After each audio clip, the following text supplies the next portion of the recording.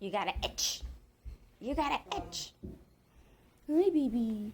Yeah, don't you worry, Ma. Respect that. I'll do it for you.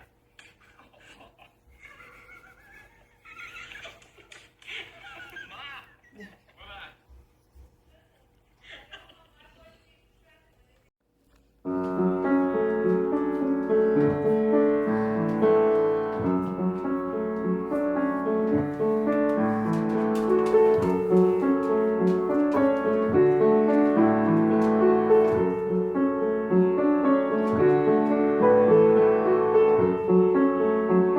It's so good.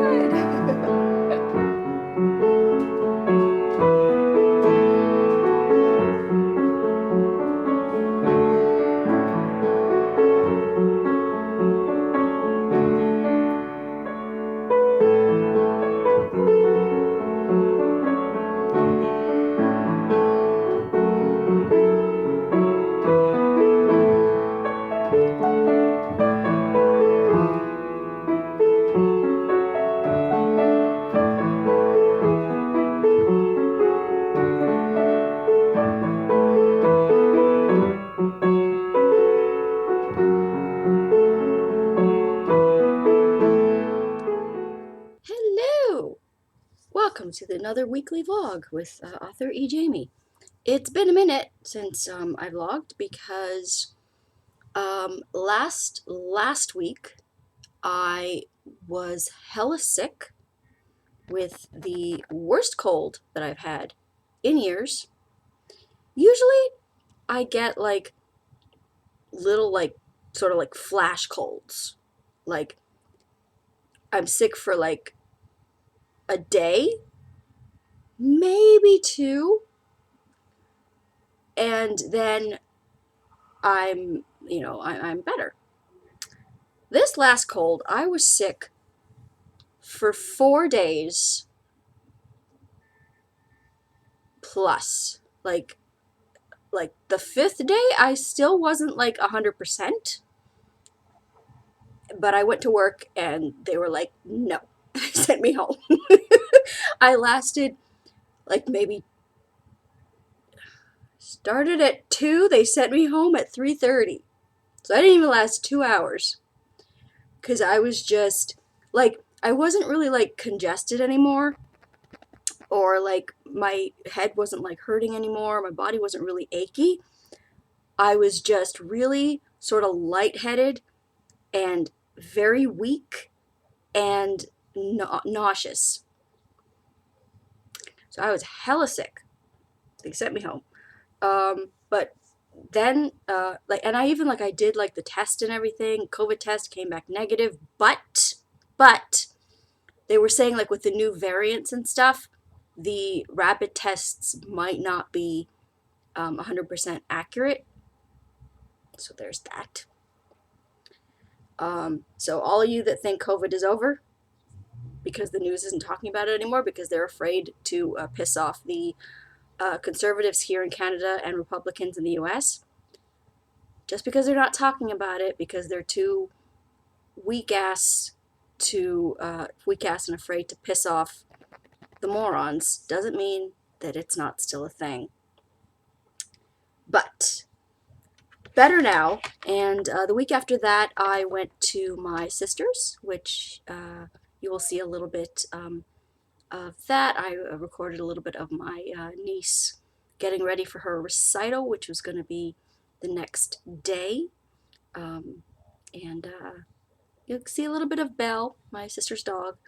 Um, yeah, so 2 weeks without like really filming anything, and so we are back, and it is a hella rainy day, but luckily it was nice on my way because I went to the library, and then it really only started raining a lot when I came on my way back. So let me show you what I got from the library.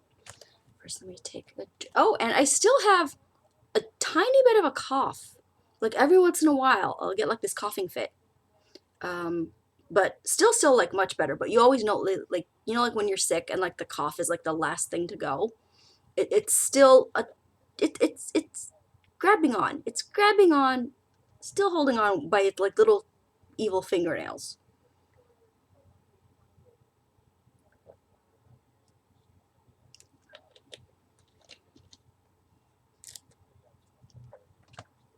Oh, and when I went to my sister's, we worked on the cover for Wanted, the paperback version, because for some reason I couldn't figure out how to do it here myself. I mean, she works on like my covers for the ebook versions usually, and but for some reason I can't. Either like I don't have the software or I can't figure out like the dimensions and crap.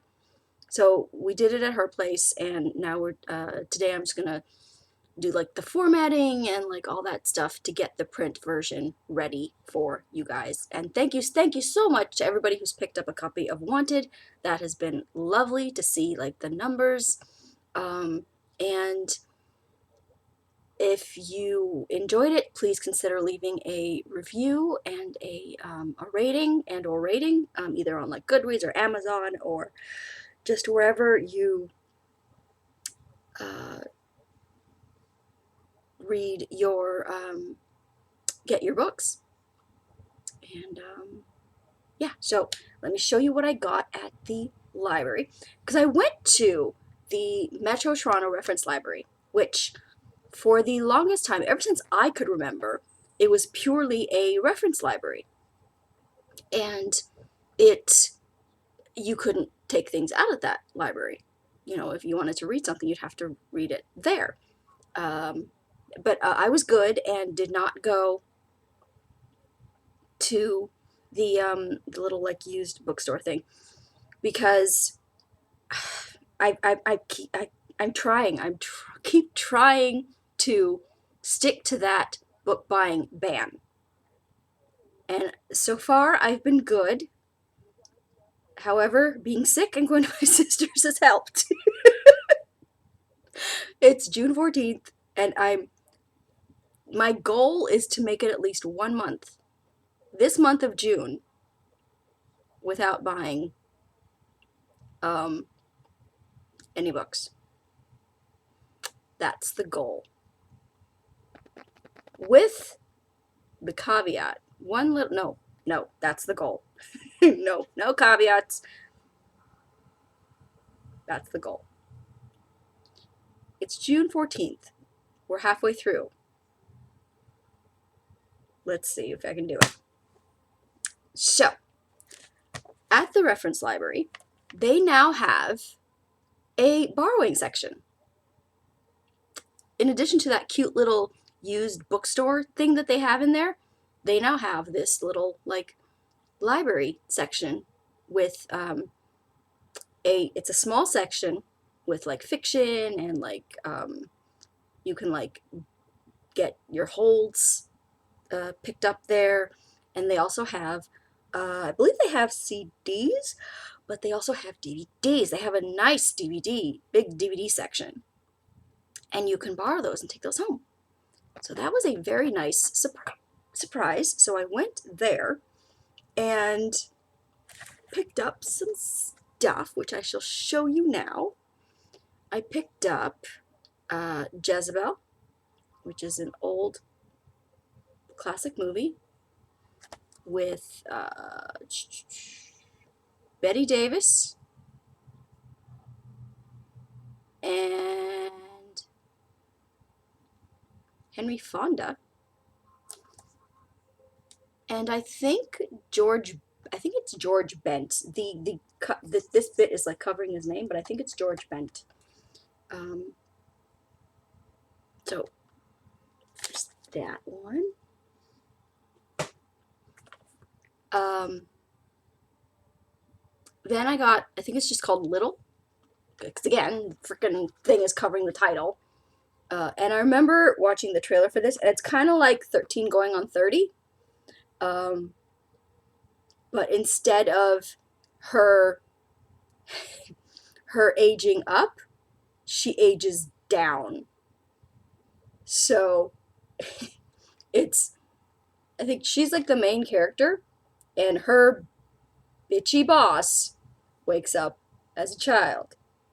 So I'm very look. This looks like such a fun movie. I remember watching the trailer and absolutely thinking like, "Oh my god, that's going to be so fun," but never got around to watching it. Now we have the DVD.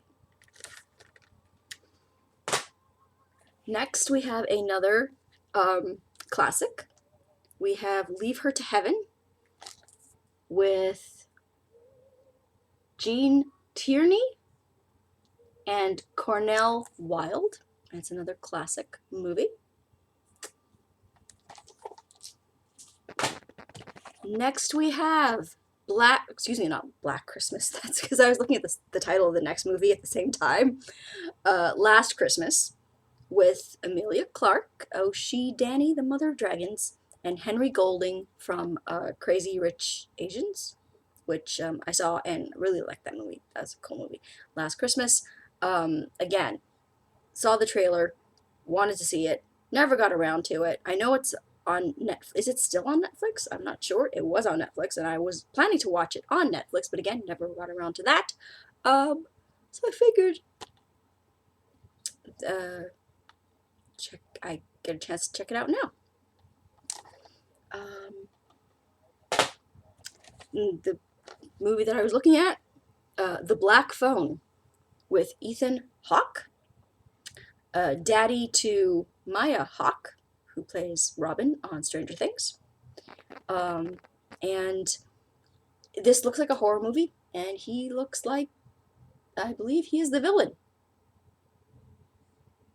Mm-hmm. Yep. So,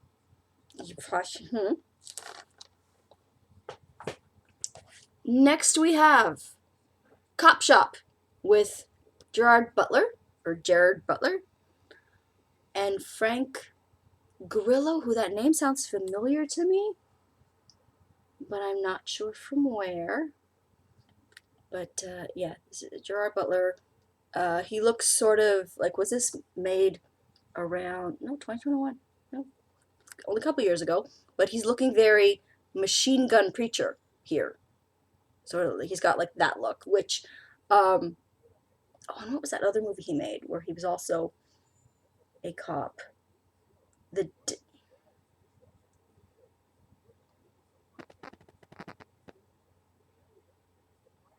yeah, it fell out of my head. D something? But yeah, Cop Shop, Gerard Butler. Looking forward to that. And this one I am so excited for. I am definitely doing a reaction to this one if I can. Cape Fear, not the Robert De Niro, Jessica Lange version, which I, and Juliette Lewis, I believe it was, which I liked,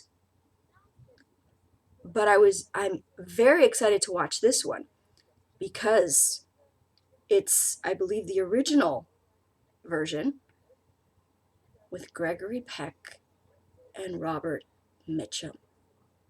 What?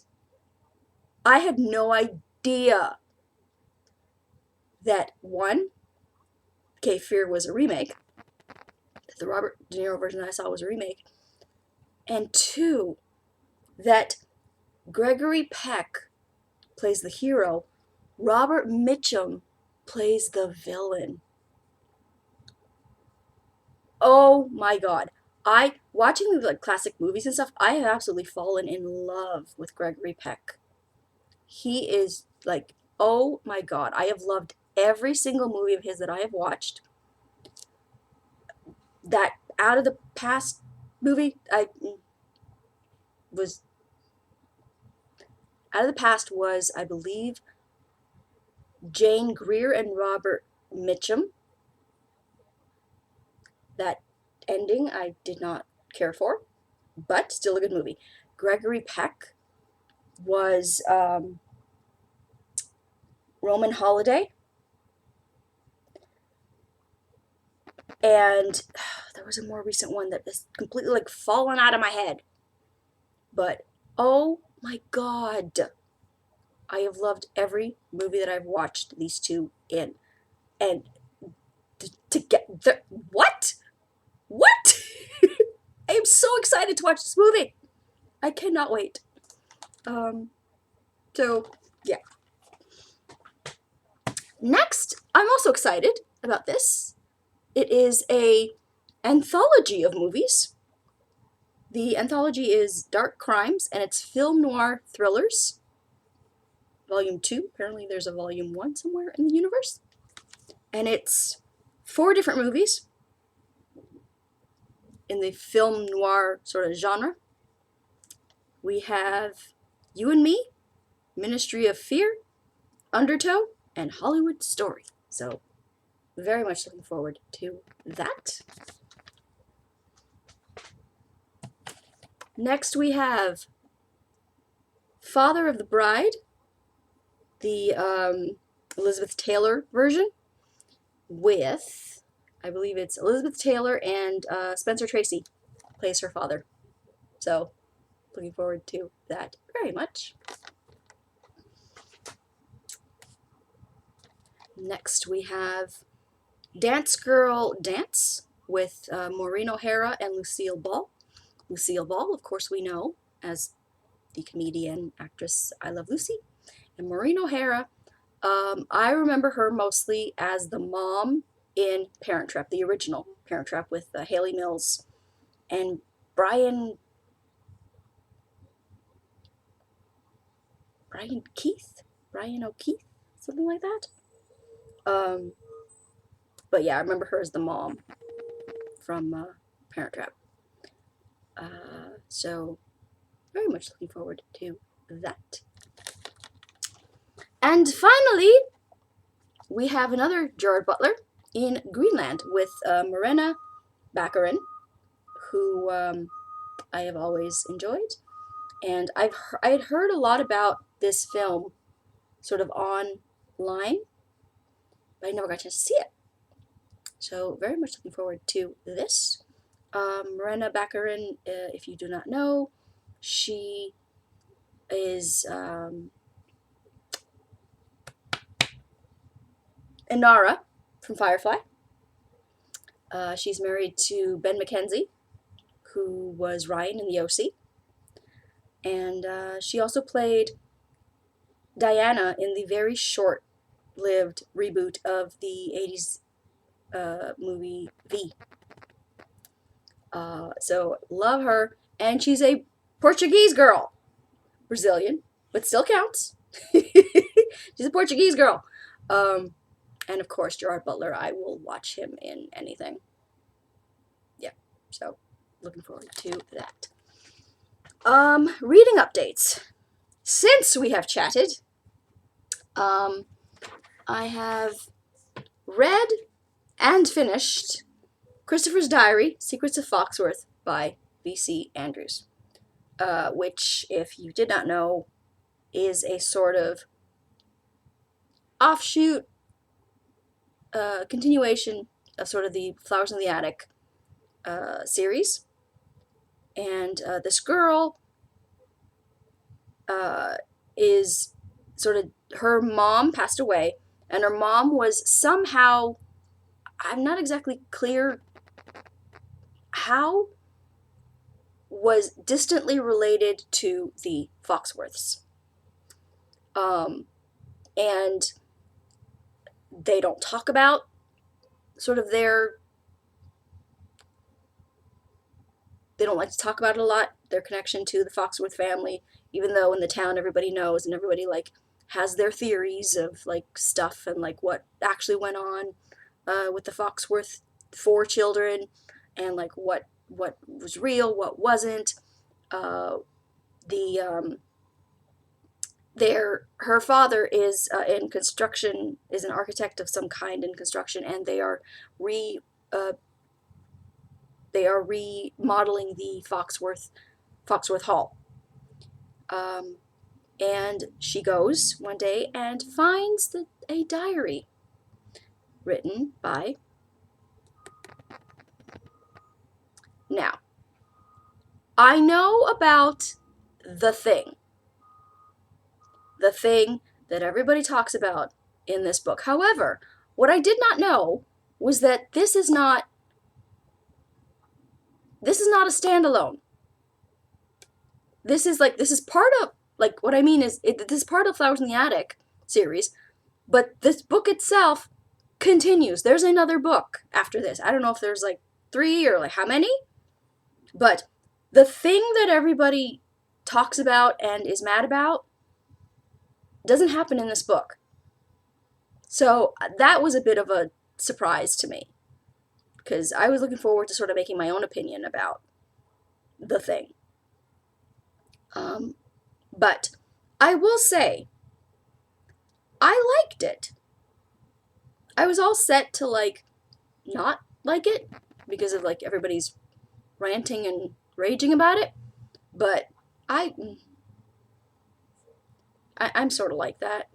If the inter Google webs are like pissed about something or like offended about something, I find that when, especially like if it's like something that happens in like a TV show or what have you, and they get into such an uproar, I find when I read it or when I watch it, I have like the a different opinion about it.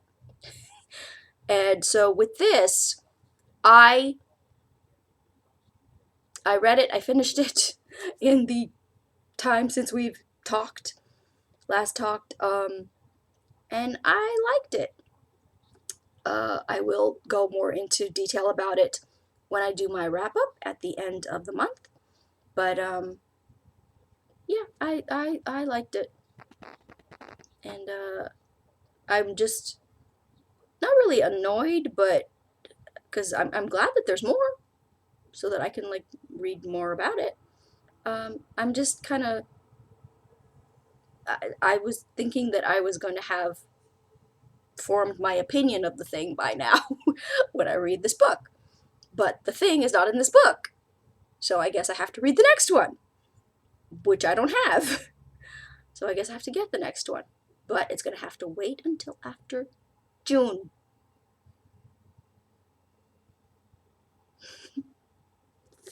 We shall see.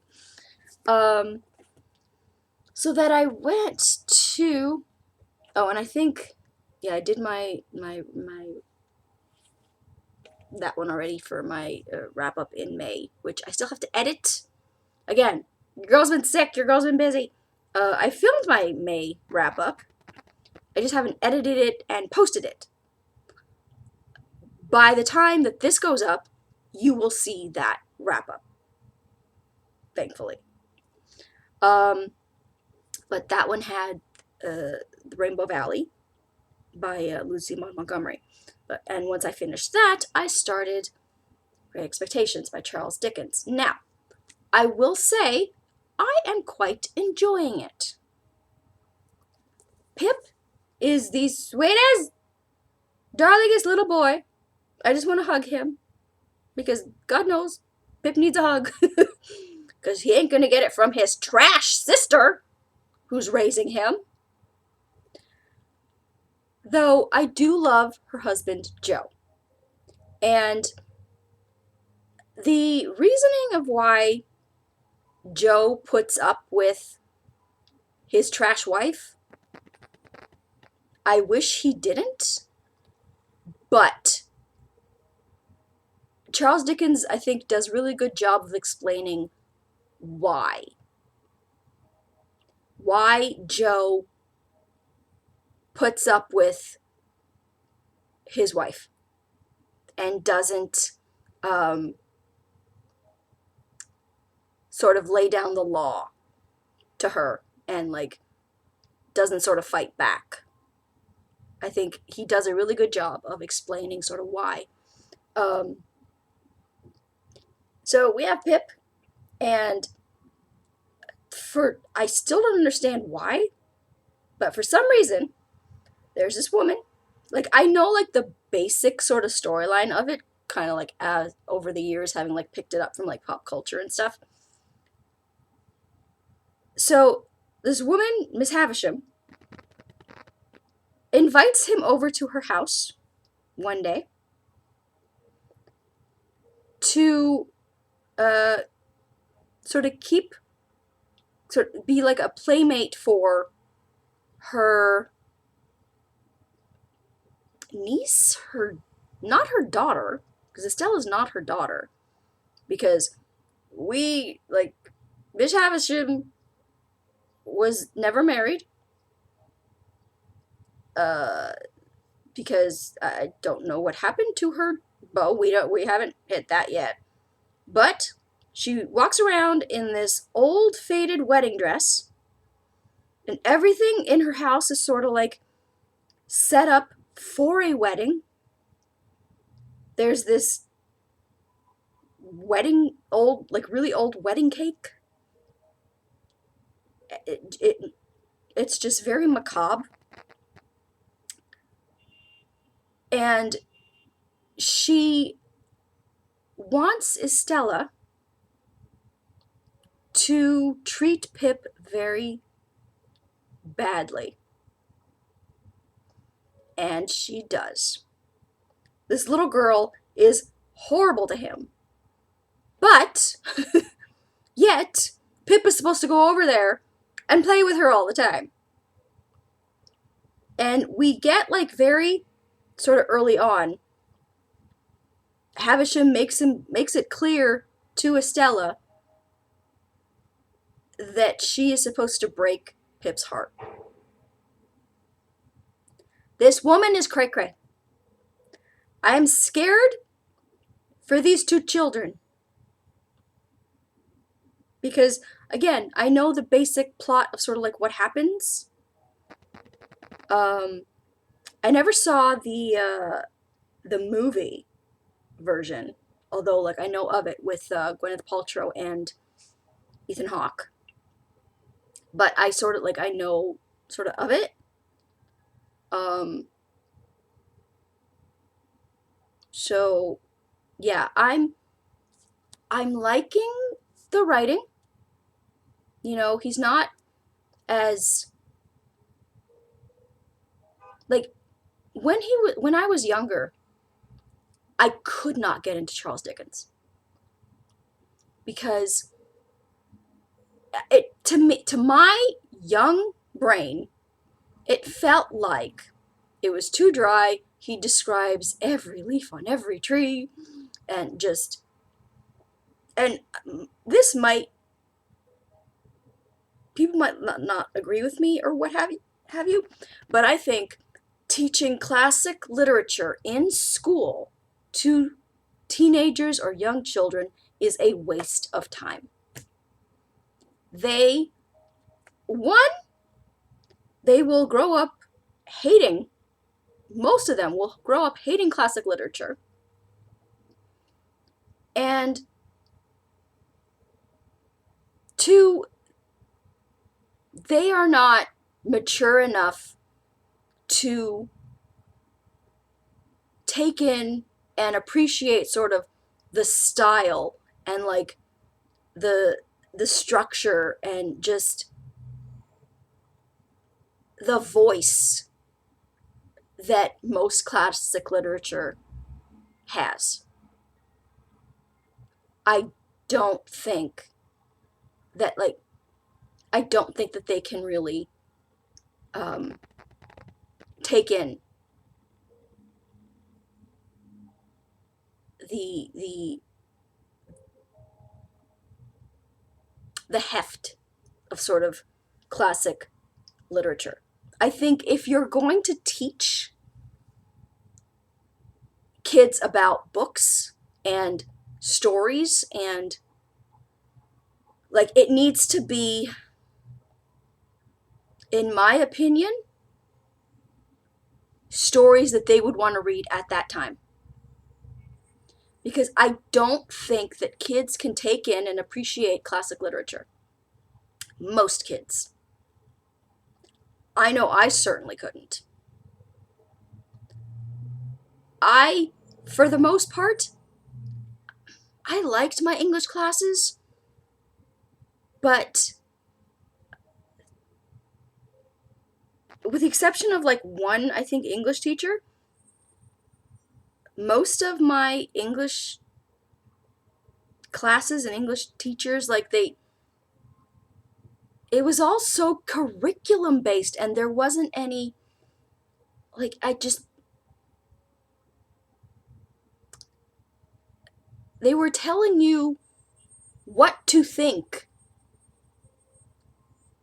of a certain, they would like give you the what to think of the ideas of like of what you um there's that perfect meme of uh the circles, the diagrams, the inter, I'm not sure what it's called, I know it has a name, but it's the what the author meant, uh what English classes would have you believe, and then there's like the middle, um and the description is something like, oh, the curtains were blue, and the on the English teacher side, it would have the blue symbolizes the depth of despair and the choices that the character would have to make that would lead them to like the consequences down the line or whatever. And then on the other side, it has like what the author intended. The curtains were effing blue. That's what that meant. The curtains were just blue. And I think when you're an adult, you can sort of like read like on your own time, in your own, take in the story in your own way, and make sort of discoveries yourself, as opposed to having an English class telling you what to think. Because English classes have like exams, and they have tests, and they have questions, and they have things that you can get wrong. And I don't think that should be the purpose of literature.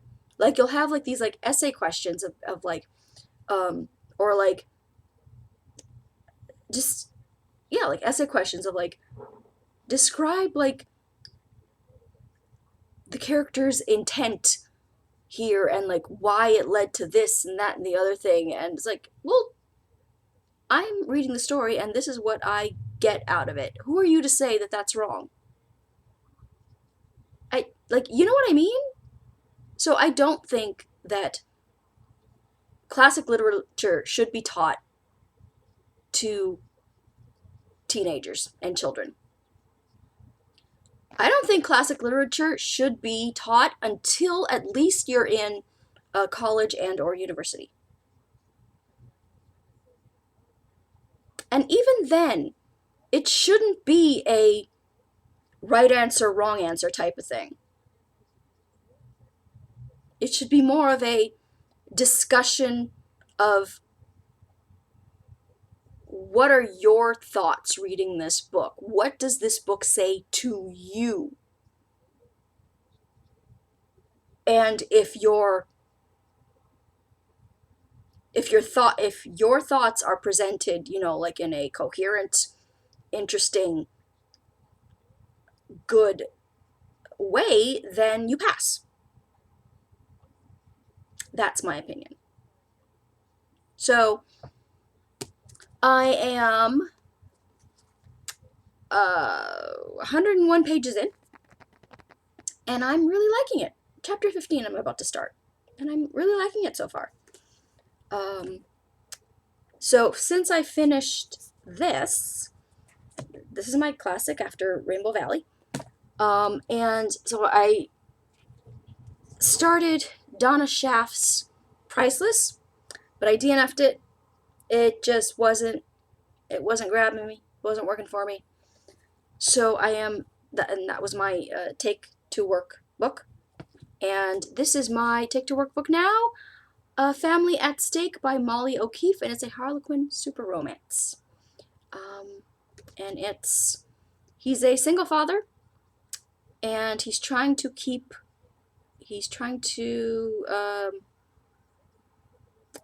custody of his 12-year-old daughter, but some stuff has arisen that might threaten that, because it turns out the 12-year-old is keeping some secrets about things, and this looks like it might be a pretty emotional read. And so in comes the new social worker, Rachel Fillmore, who was an ex-flame of our Mac Daddy. So that's what I'm going to be starting. Um, so today I'm going to be making some lunch. I'm thinking mashed potatoes, and I have some clams. So I might do that. Um,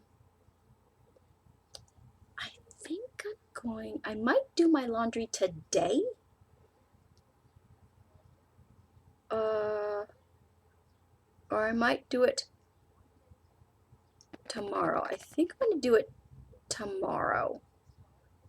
Because today I'm going to edit my uh, book haul. No, my book wrap up video. I'm going to edit that and hopefully have that up for you guys soon. Definitely when this goes up, it'll have already gone up. Um, and yeah, so I think, and I'm going to work on getting Wanted formatted and up for paperback today, and going to work on some Good Women. Uh, yeah. Oh, I put up a little reel on Instagram, and at Nancy777CA is my personal Instagram. I don't have an author Instagram there. I just sort of put it all there just to like, because I'm too lazy to have two accounts. Uh, so I put up a little reel of my reaction for Hershey's Chocolate Kisses episode 40. Um, and so there's a little snippet there, a little preview where you can like watch it, and then like I put like the YouTube link for it, and I tagged one of the main actresses in it, um, because the clip was basically revolving around her scene, um, and she replied, and she liked the post, and she replied, and she said thank you, and that was so sweet. It's if you don't know, it's the actress who plays Goonie on Hershey's Chocolate Kisses. That's the Turkish drama that I react to. That is not the name of the show. I cannot pronounce the name of the show because I'm an ignorant Canadian girl. But it's Hercai, and it's the actress who plays Goonie. Um, that's not her name. I can't pronounce a lot of the Turkish names, so I have nicknames for them. But it's close to that. Gonul, I think it is. But her, the actress who plays her, um, and she commented and liked my post. So that was um, very nice. Um, so yeah, that's gonna be the plan for today. Going to make my lunch. Going to work on Wanted the paperback version. Going to edit book wrap up for May. Going to work on Good Women. We are going to try and be more productive around here, because that's always sort of like how I feel when I've taken like, even because even if it's because I was sick, and then like the next week after that I went over to my sister's. If I have like day weeks where like I'm not doing like what I think I should sort of be doing, even if it's to take sort of like, time with family, or because I was sick, I always feel like annoyed and like guilty sort of afterwards, because I want to, keep doing these. I want to keep doing like recording like my vlogs and my bookish content, and I want to, get my writing done more, and just because I want sort of this to be not booktube, but I want like my writing to be my career. I don't want to have an outside job, and I know that that is very hard for a lot of people, and a lot of people, can't really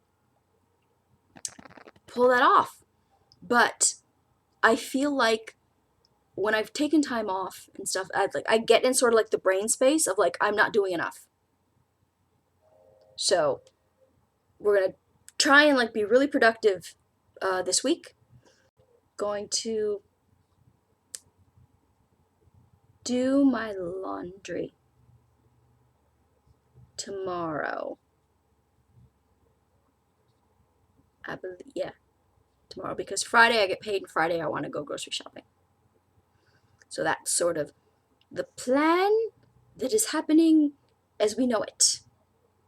So that's going to be it for this clip here, for this video likely. And I will talk to you guys next time.